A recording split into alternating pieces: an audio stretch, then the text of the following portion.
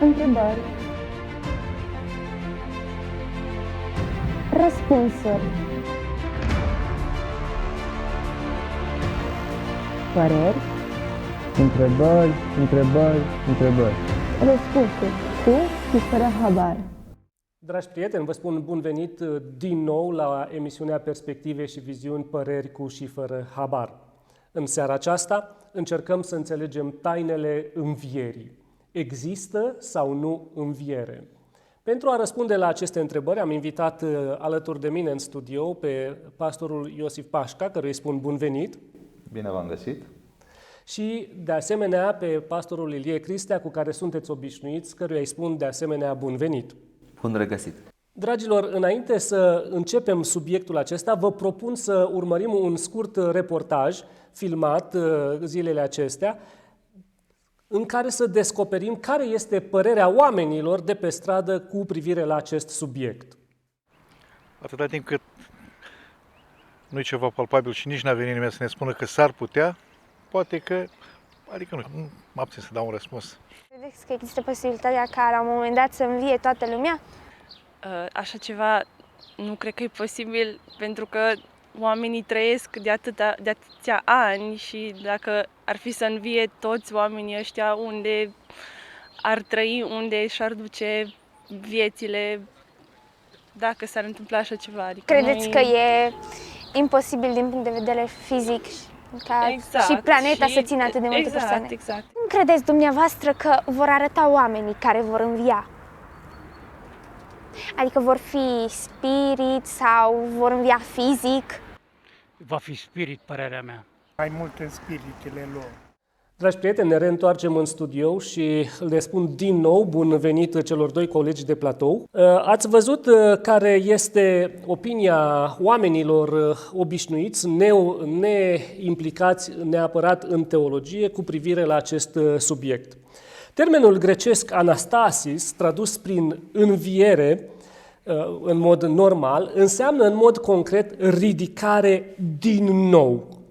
Așadar, el presupune că cineva mai întâi a trebuit să cadă, a trebuit să intre în pământ și el vorbește în sens foarte concret despre faptul că această persoană se va ridica din nou.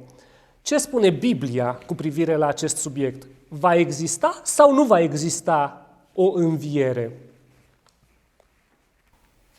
Pornim de la premisa că suntem creștini. Creștini fiind, nu ar trebui să punem la îndoială cuvântul Scripturii și nu ar trebui să punem la îndoială învierea lui Hristos. Dacă punem la îndoială învierea lui Hristos, asta înseamnă că nu suntem creștini. Sfântul Apostol Pavel, scriindu-le Corintenilor în întâia scrisoare, în capitolul 15, spune așa: dacă nu este o înviere a morților, nici Hristos n-a înviat. Și dacă n-a înviat Hristos, atunci propovăduirea noastră, spunea el, este zadarnică și zadarnică este și credința voastră, le spune Corintenilor.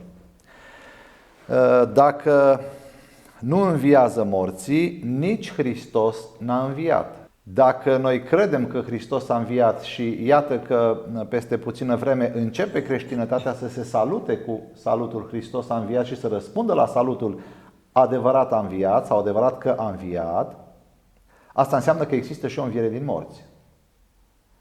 Dacă noi credem relatarea Scripturii, găsim înviere din morți, așa cum ați spus, nu doar în Noul Testament, ci găsim în Vechiul Testament înviere din morți.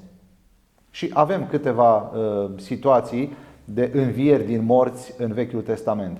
Găsim și în Noul Testament învieri din morți. Ca urmare, nu putem să spunem n-a înviat nimeni decât Hristos și apoi noi o mai vedea sau morții noștri o mai vedea. Sfântul Apostol Pavel spune: dacă El a înviat, vom învia și noi, vor învia și morții noștri. Este o chestiune implicită, dacă suntem creștini. Așadar, răspunsul Scripturii este că da, va exista o înviere. Dar cum va fi această înviere? Cum se va produce învierea? Mă întorc puțin la prima întrebare. Învierea a fost chintesența bucuriei bisericii creștine de la început. Ei nu trăiau evenimentul punctual, o dată pe an. Era în limbajul lor omiletic, era prezent la toată lucrarea lor apostolică, pentru că era cel mai mare adevăr pe care puteau să-l prezinte. Iisus Hristos a înviat. Iar aceasta, cum a spus și colegul meu, presupune că vor învia și cei care au fost câștigați de Iisus Hristos prin moartea sa. În ce privește felul în care vom învia, cei intervievați, ați observat că cei mai mulți spun cuvintele "n-ai cum să știi". Pentru că, stând departe de sursa care este Sfânta Scriptură, n-ai cum să îți dai seama cum se poate întâmpla acest eveniment. Apostolul Pavel este cel care descrie cel mai bine lucrul acesta. Vom învia în trupuri fizice, altfel nu merită numele de înviere din punctul meu de vedere, și ce rămâne necunoscut este trupul de slavă despre care vorbește același apostol. N-ai cum să anticipezi decât că va fi ceva glorios. Vom fi, spune el, asemenea trupului Domnului Hristos, în sensul că nu mai intervine moartea. În 1 Tesaloniceni, capitolul 4, la versetele 16-17, Sfântul Apostol Pavel vorbește despre o ordine a învierii. Să înțeleg de aici și din alte părți ale Scripturii că el ne lasă să gândim că sunt mai multe învieri? Dacă sunt mai multe învieri, care sunt acestea și de ce există o succesiune de învieri? Încercam un răspuns la întrebarea a doua a dumneavoastră și aveam Scriptura deschisă exact acolo, în 1 Tesaloniceni, capitolul 4. Și Sfântul Apostol Pavel spune așa: căci dacă credem că Iisus a murit și a înviat, credem și că Dumnezeu va aduce înapoi împreună cu Iisus pe cei ce au adormit în El. Vorbind despre învierea, efectiv refacerea omului, Pavel spune mai departe: însuși Domnul, cu un strigăt, cu glasul unui arhanghel și cu trâmbița lui Dumnezeu, se va pogorî din cer și întâi vor învia cei morți în Hristos. Iată, găsesc și un răspuns la întrebarea dumneavoastră. Întâi vor învia cei morți în Hristos. Există o înviere a celor drepți. Ni se spune în Evanghelie, toți vor învia, unii vor învia pentru judecată, pentru a-și primi răsplata pentru faptele lor, și alții vor învia pentru viața veșnică. Dar nu vor învia toți odată, pentru că Sfântul Apostol Pavel despre asta vorbește aici: întâi vor învia cei morți în Hristos. E adevărat că trebuie definit ce înseamnă să mori în Hristos, dar probabil că într-o altă ocazie se va lămuri și lucrul acesta. Dar există o oarecare cronologie a învierilor, pentru că Sfânta Scriptură vorbește de două învieri. Și în Apocalipsa, în capitolul 20, versetul 4, 5, 6, găsim o cronologie a învierii. Întâia înviere, a doua înviere. Ne vorbește Scriptura despre două învieri.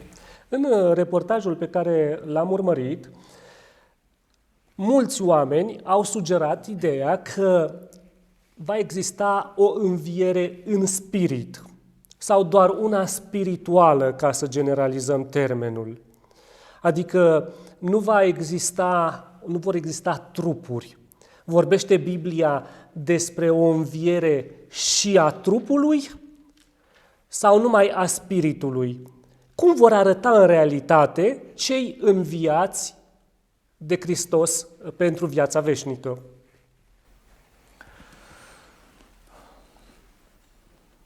Repet ce am spus mai devreme, nu își merită numele de înviere dacă nu vorbim de realitate fizică. Acum avem de-a face cu o veche filosofie grecească a lui Platon, cum că există în noi un suflet nemuritor. Data trecută noi am vorbit despre starea în moarte.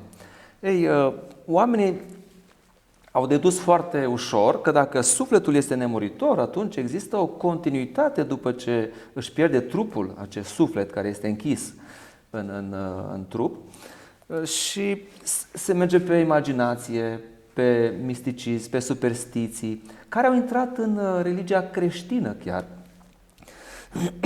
Dar argumentul învierii, unul dintre ele este următorul. Învierea nu este un miracol mai mare decât viața în sine. Pentru că viața în sine pe care o avem a apărut din nimic. La un moment dat și evoluționiștii, ateismul trebuie să caute un început și e foarte greu de găsit. Dar noi am apărut din nimic. Tot așa, învierea o să fie tot din nimic, pentru că omul se gândește de unde îl mai recuperează pe om. Omul s-a făcut țărână, poate a fost ars în crematoriu, poate a fost consumat de rechin sau de animale sălbatice, cum s-a întâmplat cu primii creștini. Dar e promisiunea aceasta că Dumnezeu va duce înapoi, Apocalipsa 20, va duce înapoi din mare, din țărână, din cenușă, din nimic. Să lăsăm lui Dumnezeu atributul acesta, atotputernicia, prin care aduce înapoi pe ai săi, la prima înviere, așa cum a spus colegul meu. Este o frământare, o problemă, o provocare oarecum în creștinism. Hristos a înviat.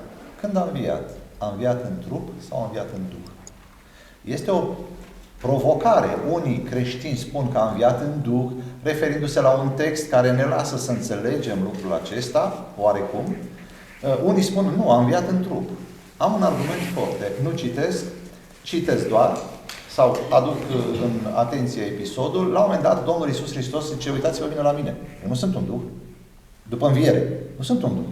Dați-mi să mănânc, să vă arăt. Un duh nu mănâncă. Deci sunt cuvintele Mântuitorului, este argumentul lui. Zice, dați-mi ceva să mănânc. Un duh nu mănâncă. Iar Sfântul Apostol Pavel, în Romani, capitolul 6, spune în versetul 5 așa: în adevăr, dacă ne-am făcut una cu El printr-o moarte asemănătoare cu a Lui, vom fi una cu El printr-o înviere asemănătoare cu a Lui. Eu cred că se referă la învierea asemănătoare cu a Lui în trup. Hristos a înviat în trup, morții vor învia în trup. Cu toate că, iată, spuneam, vocea străzii sau majoritatea oamenilor cred că este vorba de o înviere în duh. Aici ar fi mult de discutat cu duhurile noastre, cu duhurile morților, cu învierea în duh. Nu vreau să intru în amănuntele acestea, dar pentru că Hristos a înviat în trup, Pavel spune și noi vom învia asemenea lui Hristos, în trup. Mulțumesc! Din câte am înțeles din studiul Scripturii și din răspunsurile dumneavoastră, vor exista o înviere a celor drepți și o cu totul altă înviere, în cu totul alt timp, a celor morți. Știm de ce sunt înviați cei drepți. Să trăiască cu Dumnezeu și cu Hristos în veșnicie. Dar de ce sunt înviați cei morți? Tatăl meu avea această frământare, nu era religios, dar a început să devină pe măsură ce se apropia de capătul vieții, era bolnav. Și un frate de-al meu cu altă confesiune îi transmitea ideea că dacă nu e cineva împăcat cu Dumnezeu, adoarme și aceasta e răsplata. Nu va mai fi înviat vreodată. Eu învățam altceva. Și acum tatăl meu între acești doi poli, la un moment dat spunea așa, o interpretare de bun simț.